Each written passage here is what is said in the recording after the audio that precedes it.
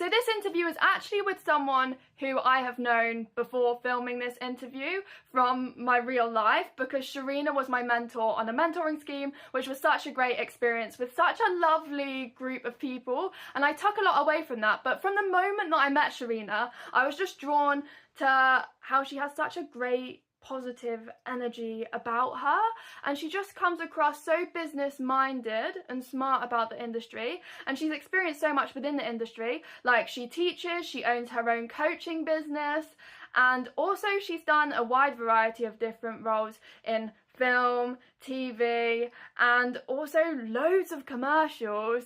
So getting to speak to her was so great, because I feel like when you know such successful and inspiring people and they're a part of your life, sometimes you have a lot of different questions that you want to ask them, because they're so smart and experienced in a lot of different areas of this industry. So having the opportunity to ask all of the questions that I've always wanted to ask Shireenah was great, and I just gained so much from this chat. It's always nice and an honour to speak to Shireenah. So I hope you gain a lot from this, because I think she's such a great person to learn from about the industry. So the first thing that I wanted to talk to you about is a bit about your kind of path. I know you've talked about the drama school, no drama school, so I feel like I can link to that in the description if people want to hear more about that. But I feel like we're quite similar, because we both have quite a strong focus on screen. We both didn't go to drama school. And I know you speak to a lot of young actors, you work with a lot of them. So I was just wondering what kind of other pathways you direct people to. I know you do, like, you yourself did a lot of background work, didn't you? And then you moved away from that. So what's the kind of pathways that you Kind of what do I recommend other people to do, do you mean? Or yeah, yeah. instead of drama school? Yeah, you know what? It's so difficult. What the first thing I always say to people, because often so many people are like, I want to get into acting, I want to, be in films and things like that. And I think people often see that because you watch Netflix or, see content online, and it's like there's so much you need to do before you get there. Not saying that it's difficult, it's just that you got to do the prep work and the foundational work. So my journey, as you mentioned, yeah, I didn't go to drama school. I just worked a lot, often for free, but that was me learning how things work, meeting a lot of people, and also understanding exactly what it was I wanted to do, because you can do all sorts as an actor, and I do a bit of presenting as well. So it was like I often fell into different jobs, but focusing on the screen acting through doing all that work, I knew that I wanted to focus on film and TV more than I did theatre. So yeah, in terms of what I recommend, it's starting from that foundational level of understanding who you are as an artist. Everything starts with your brand of like who you are. Treat yourself as a business. And I always use like McDonald's as a great one, because that M, you see it no matter where you are in the world, and you know from a distance that that is McDonald's. So what is it that represents you? How are you going to define yourself? Especially in acting, if you're going into an audition, there's going to be 10, 20 people that look exactly like you, because you're obviously going for the same role. How are you going to stand out? So understanding yourself first and foremost. So no matter what you're doing, whether it's an audition that you've gone for, background work, something needs to make you stand out. So yeah, I recommend getting the experience, and if you can get that kind of real life hands-on experience, whether it's background work or working for free, I think that's a great way to network, build up your confidence and knowledge, so that if you do get a paid job, at least you've got some experience to talk about and say, oh, well, I did this job, or I worked with so and so. And then you've also kind of got the credits as well, potentially, depending on what happens. I think that's really interesting. But I've heard on your podcast, actually, you said that you sort of got to a point where you were mainly doing acting and tried to step away from background work. So what was that transition like? Yeah, because I realized, well, actually, I met when I had my first agent, actually, they said, well, if you're looking to get lead roles, you can't be doing background work, because the producers will receive the casting sheet of people that are going to do the background work, but also the people to cast as the lead roles. So if they saw me on both sheets, they're going to say, well, this person's clearly a background actress, not a lead actress. So I had to just say, you know what, I don't want to do any more background work, because I really want to be getting those, meaty lines and big characters to kind of dig my teeth into. So it was a kind of an easy transition, because by that point I'd done enough background work in my eyes and I wanted more for my career anyway. So I just said, right, from now on, I won't apply to any background work. I'll only kind of either do what my agent puts me forward for, or what work I find myself, or through word of mouth and things like that. Yeah, I think that's like a phase that people go through. Oh, a lot of people go through as well, like getting through to the final round for a Mm. lot of stuff. I feel like you Yeah. get a lot of that, or like dates clashing, or you're saving dates for something and then it falls through. So, what's your advice for the kind of actor issues like that? Yeah. Literally, what I think, yeah, on the podcast when I spoke about it with two other friends, I said it's that actor's struggle. Like you want the stability of acting work, but you also need the stability of a 9 to 5, shall we say? And it's so hard for me. I never really found that balance doing both. I had to do one or the other for me. When I was working as a waitress, it was just like I can do this, but I'm like I don't enjoy it. Like my passion's not in it. So I said, right, I need to find work that's creative, flexible, that means I can do all the things that I want to do. So for me, it was creating a what's the word, like a ecosystem for myself that meant I'm earning enough money that's flexible. So what I ended up doing was doing children's entertaining. So I was doing kids parties, which predominantly fell on weekends, which usually filming doesn't happen on a weekend. That paid quite well. So I kind of had that. I was busy on all the weekends, so I kind of lost a social life. But it just meant I was free in the weekdays to, go to whatever auditions or jobs came up last minute. So that's how I found the balance. Obviously, I did ad hoc jobs in between, a lot of corporate work that was really well paid. And actually in lockdown, that kind of kept me going because they needed people to do kind of work from home or do it like on Zoom or something like this. And those corporate jobs really, really helped me kind of get through a difficult time. Yeah, that's really useful. And speaking of money, I was Mhm. looking at your spotlight, 12 commercials on there. Yeah. How's that happen? How do you get those opportunities? And also, I've never been seen for a commercial, and I've heard that the audition process is a bit wild. So, do It you can have? be. I mean, the amount of things. I mean, like, I've when I was living in London, I was living with housemates, and the things they'd probably hear me doing or see me doing, so random.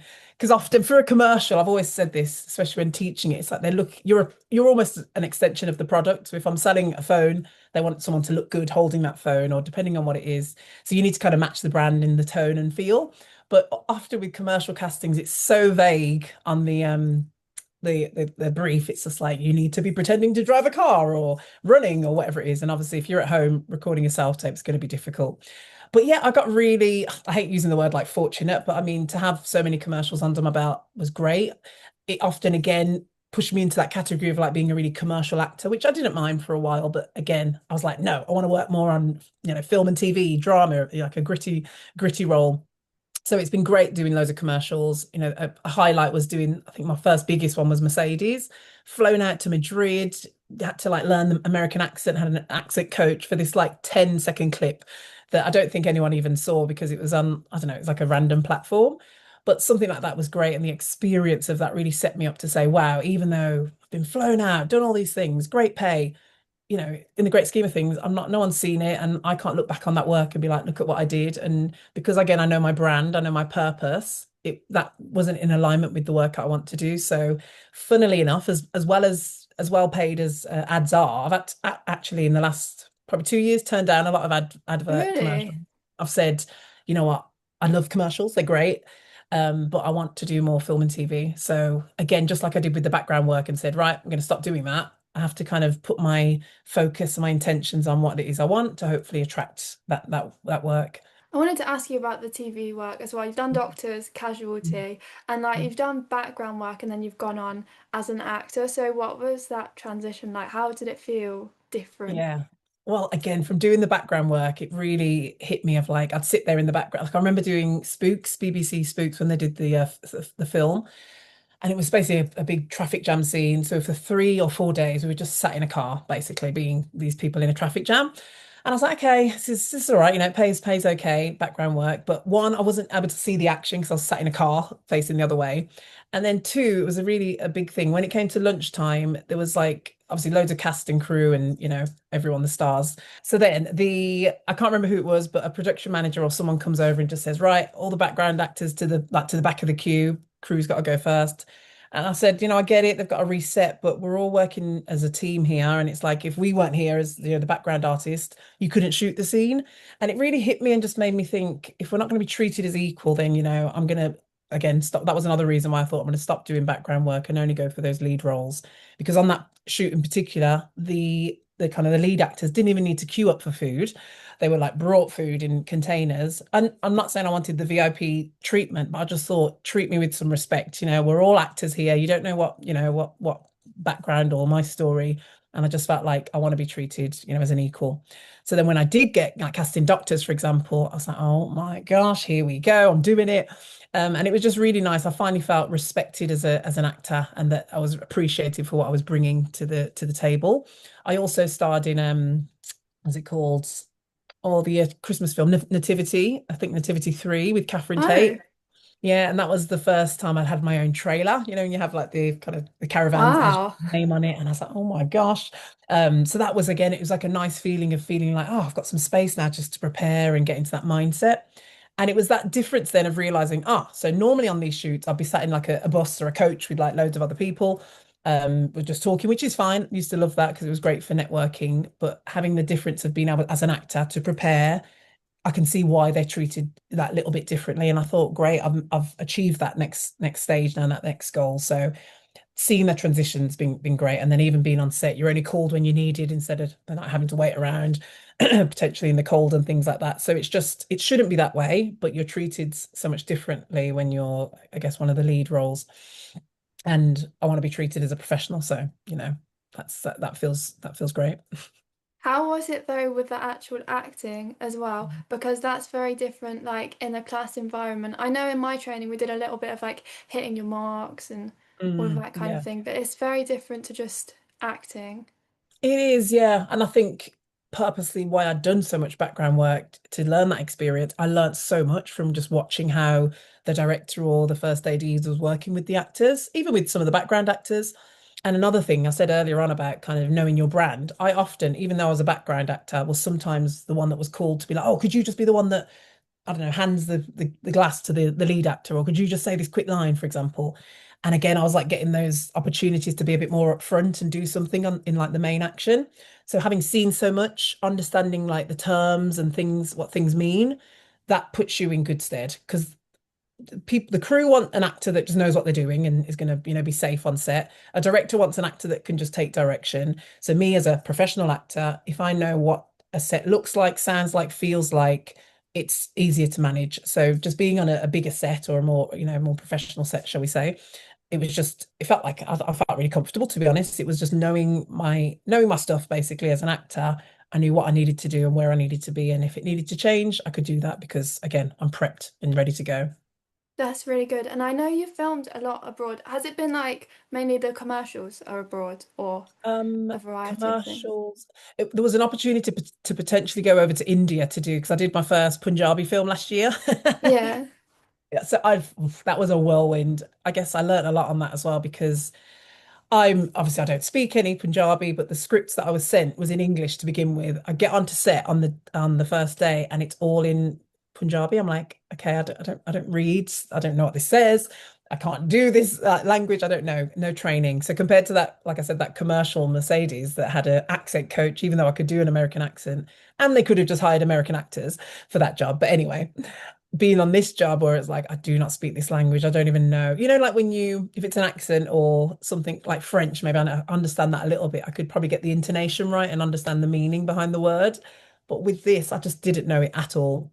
So anyway, it turns out they said, just do the best you can. Someone was trying to help me, one of the other cast members. But two things on this. I felt really like it's the first time I was ever doing a job where I felt really uncomfortable because I just didn't feel confident. I didn't feel prepared.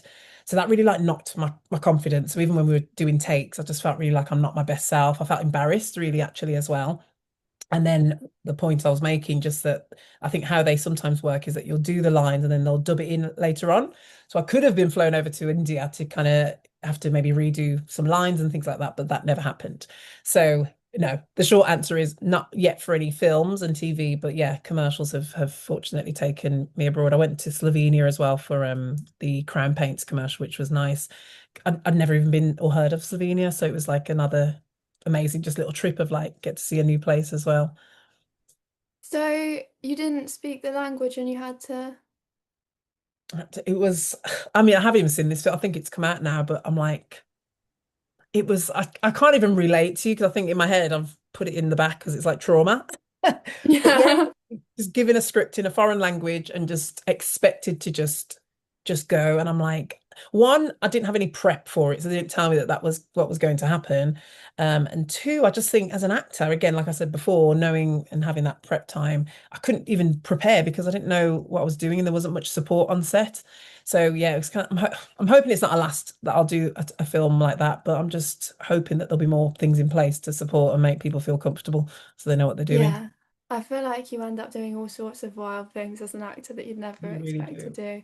Did Yeah. you ever expect to be working abroad so much as well? Because I feel like that's the surprise. Like when I've been going up for jobs or getting castings through, I've never really thought before that I might be going up for work elsewhere until you're actually doing it and No, auditioning.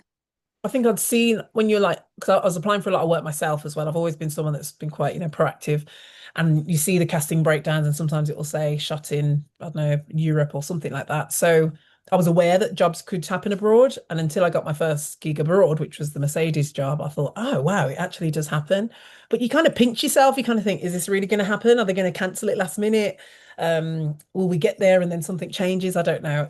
And then actually, that being my first job abroad, because the other cast members that I was with, I don't know, I think because it was my first job, I was being really safe and cautious. I didn't want to go out too much or do anything that could, affect the actual job what I was there for.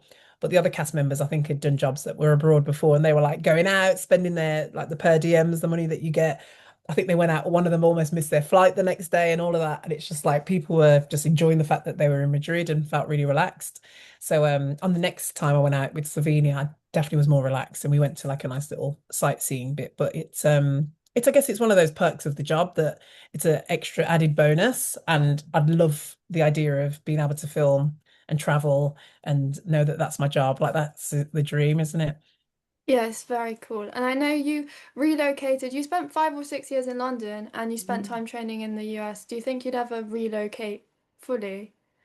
I mean, after going to the US, I was like, sad to say, it just was a bit of a, what's the word when it's like doesn't meet your expectations. I was so like disappointed. So Hollywood, right? The big, don't know if you've, have you ever been? No, no. No. So I went to Hollywood. I was like, oh my gosh, I'm gonna probably see some stars. Like you have the hall, the Walk of Fame Oh, with is all the it that stars on the floor and all the famous yeah. people? So I was like, I might bump into some artists or there might be a premiere happening. But I mean, the best way I can describe it was I felt like it was just, I was in like, Digbeth in Birmingham. I don't know if that's probably the closest I can describe it. It just felt like a back street kind of hustle and bustle of like, there's just shops that were closed down, loads of derelict buildings Oh, on kind of one end of the street. And then the bit what had all the stars, it just felt like I don't even know how to describe it. It was just a bit underwhelming. It wasn't as glitz and yeah. glamour. It was just like a basic street, a bit like in Birmingham where they have the stars on the street that you could just walk past. So maybe I went at the wrong time and there was nothing special happening. But America was a bit like underwhelming. So I thought, okay, if I'm needed here for work, great. Don't know if I'd move here. I haven't found obviously it's so big as well. There's so many different states that you could live in. I haven't found one that's aligned with me just as yet. But London was great. It taught me a lot again. One thing I learned about myself was that when I moved there, I kind of lost that fire, that hunger. So I thought, maybe just go back to Birmingham and that's where I'll find that energy again, which I did. So I'm at a stage now where I'm like, let's just see. I'm going to keep traveling like for pleasure and see if anywhere aligns with me. And I just feel like you can make it work from anywhere. So that's what I'm really hoping that if I find somewhere that, aligns with me, I can travel and make it work. I think so because I think as well being in the place that you're from as well has benefits because it really grounds you in who you are, which is I think so. useful in acting. Mm. Again, because it always goes back to that knowing who you are, isn't it? Start from a place of like, I'm a proud Brummie or I'm a proud, UK citizen or whatever it is, and then that will hopefully identify you when you're moving. Something else I wanted to ask you about as well is you're very business minded. That's what struck me from the moment I met you. You're so smart with the business side of stuff, Mm. and you've had so many different jobs from like working in a restaurant, owning a business, having a full-time job. So, what's all those different experiences been like alongside acting? When I first like registered as self-employed to be an actor, that's when I doing all the reading around just being self-employed, having to do your tax returns. That's when I thought, oh my gosh, I'm actually a business, so I need to start thinking and treat myself like a business, right? But that still didn't prepare me for then running my own business, like Red Lens. Not that it's a huge company, but it's still a limited company. It's a bigger scale business.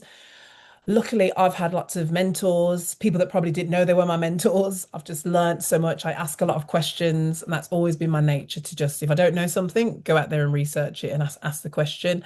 So I've learned as I've gone along. I've tried to just, again, do what feels right in the moment, listen to a lot of feedback because as actors, again, we receive a lot of feedback as well. But doing a business, you meet a lot of clients, for example, and they will tell you things that work and don't work. So that's helped me kind of shape Red Lens in a way. But also everything feeds into me. I think at one point I separated myself from Red Lens and said, right, Red Lens is its own thing and I'm me. But then I realized, hold on, Red Lens is my baby. This was born from me. It's kind of one thing. And as Red Lens grows, I grow. And it's like at the moment, the business is growing, but my business mindset's growing with it as well. So any kind of tips I have for anyone starting a business and treating yourself as a business is to literally just understand what your USP is so that you can then, market that or package that in a way to promote and sell that. Because it's the same for McDonald's and it's the same for you as whatever it is that you do as your business. Before you started your business as well, did you experience those quieter times with acting? Like, I No. feel like you're always so busy and you've achieved so much that I wondered if you'd ever experienced a quiet moment. Yes, take me back, please. I miss that. I miss those days. To be honest, and it probably sounds weird, but when I was in London, like I said, I kind of took the foot off the gas maybe a little bit. That's probably my quietest time. When I was in Birmingham, up until like my mid-20s, I was, like I said, working for free, traveling, doing what I could just to get myself out there. Went to London, and I think I got a bit complacent. I just assumed I'm in London now, all the work will come to me. I've worked hard the last few years. And if anything, that was the period of time where I was probably just being lazy. That's if I look back, I just wasn't doing as much as I could have been doing. I wasn't knocking on doors. I wasn't putting myself out there and making enough content and things like that. I did do the podcast, start the podcast when I was down there, but again, that was something that I wish I'd continued. I wish I'd, taken it to bigger platforms. And to be honest, I was thinking about it the other day. If I'd continued with the podcast now in the boom of like after the pandemic and TikTok and all of that, that podcast could have done really, really well. So well done you for sticking it out on yours. Yeah, I didn't see them as quiet times at the time. I just thought I was earning enough. I was surviving as a freelancer and I just thought this is normal. But now I don't even get time to just like read a book and just chill. Just been on holiday, and that was like I think the last time I went out on a relaxed holiday that was about over 10 years ago. So yeah, one thing I'm trying to find now is the balance again because it's really important. Yes, I love everything that I do, but I need to find the balance so that I've also got a life and looking after my health as well because it's not healthy to be so busy. Even though I love doing what I do, it's just yeah, you got to find that balance. It is really important. But then taking you back to starting coaching, like I'm interested in the facilitating and that Mm. kind of side of things. So what was the initial experience like? Because I feel like there's an initial kind of friction almost where it's scary to put yourself out there and try and coach people. Well, do you know what? And obviously, I also teach now as well at BOA. And it's like for years, I remember saying, I'm never going to be a teacher. Teachers, like teachings for like failed actors that didn't make it and all of this. I had this connotation in my head of what it meant to be a teacher. But as again, I've grown and matured, and I realized there's been so many people that have taught me, mentored me, and I've learned so much from like coaches that didn't know they were my coaches because I was just, following in their footsteps and things. I've really embraced coaching and mentoring and being a teacher as well. So the first doing it, it was like I had to really understand in my head what kind of coach am I or how am I gonna, help someone else? Because in my personal life, like friends will come to me for advice or I naturally give advice and things like that. And I realize I'm someone that naturally wants to help people. And I put it down to, I think I was going on this like spiritual journey and I looked into like purpose, like what does purpose mean? What are we all here for? What's this all for? And I figured that my purpose was I love performing, so that's a big part of who I am, but I also love to kind of motivate and, do that through performance and things like that. So combining the two, that's partly how Red Lens came about, but that's again what Shireenah does. Shireenah likes to be fun, jovial, but entertain you and teach from my experience. And really, I think the greatest coaches teach from a place of wisdom. Like, this is what my experiences was. You're going to have your own experiences, but I'll pass on my wisdom and it might work for you. It might align with you.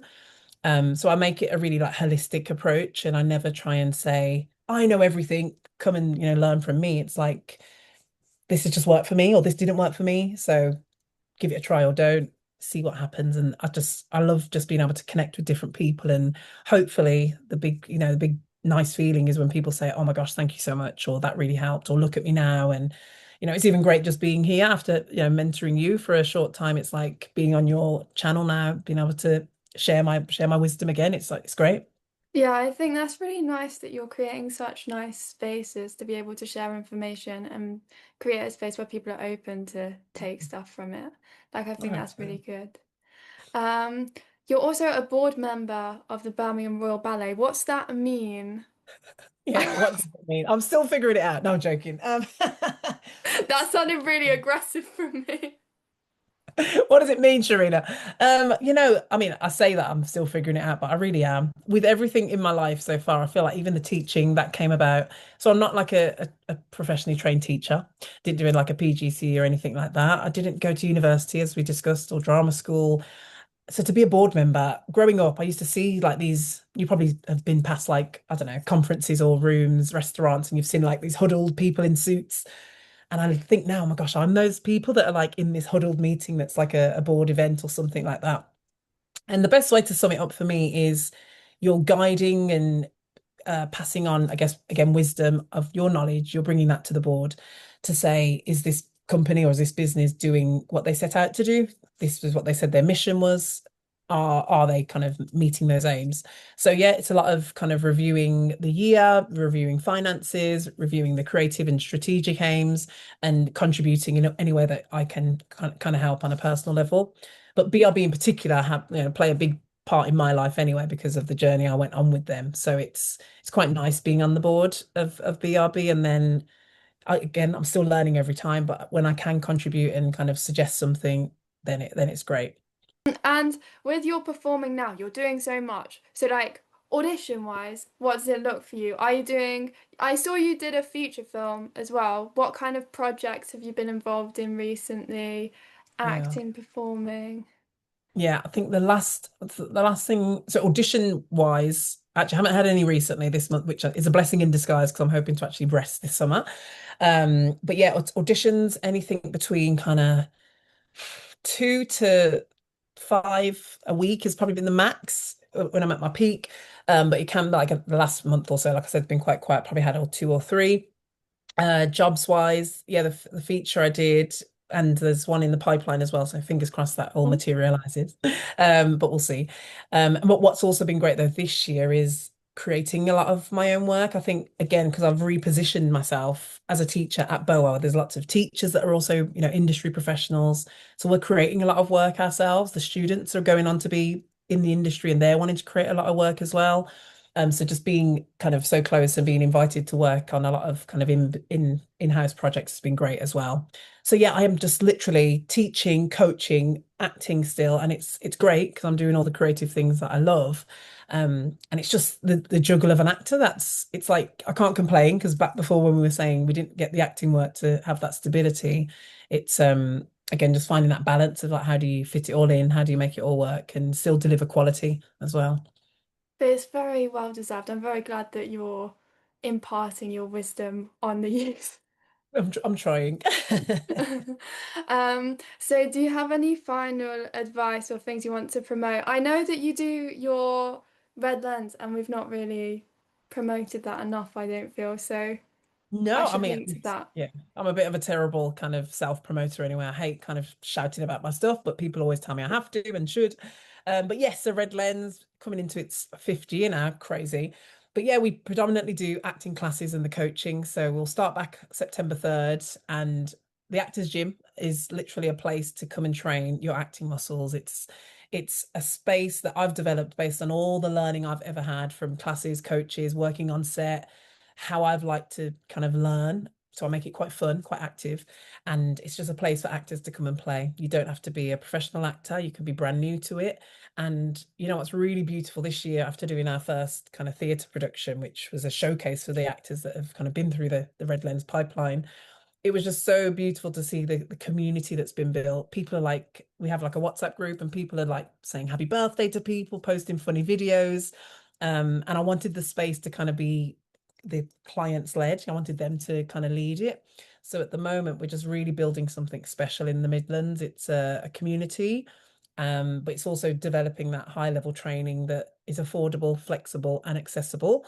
And there's been, hundreds of people that have come through the doors, and I really hope the next 12 months we can do the same again and produce something even bigger and better. That's very exciting. All the Mhm. best with it. Thank you so much. You're welcome. So thank you so much again to Shireenah for agreeing to come on and be interviewed. I do really appreciate it, and thank you so much to everyone for watching as well. I hope you gained as much from this as I did, and all of the different interviews and stuff that I looked at for research for Shireenah will be linked below, so make sure to check out all of her different work and all of the different things that she's been up to, because she does such great things, and she's also so proactive as well, so I'm sure there'll be lots of great things to come. So definitely stay tuned with what Shireenah's up to, and stay tuned with this if you want to see more interviews coming up soon. And thank you so much to everyone for watching. Thanks, bye!